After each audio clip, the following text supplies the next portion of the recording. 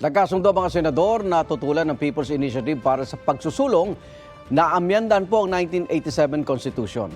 Sa isang manifesto na nilagdaan ng lahat ng senador, sinabing ina-exploit nito ang democratic process sa pagbabago ng saligang batas.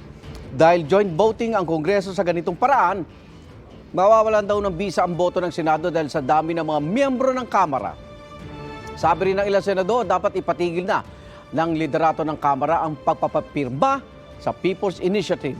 Ginit naman ni House Speaker Martin Romualdez na wala direktang partisipasyon ang mga miyembro ng Kamara sa pangalap ng pirma. Kinonde na rin ni Romualdez ang umano'y panunuhol kapalit ng pirma.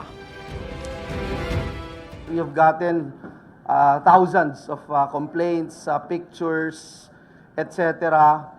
Pinpointing yung mga tao na lumapit sa kanila, nagpapapirma, hindi makakakuha ng ayuda kung hindi makakapagpapirma. 90% po ng mga complaints, itinuturo yung mga staff ng kongresista.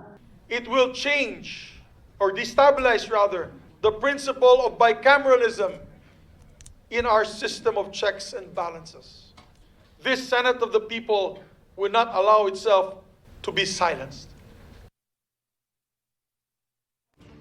Igan, mauna ka sa mga balita. Mag-subscribe sa GMA Integrated News sa YouTube.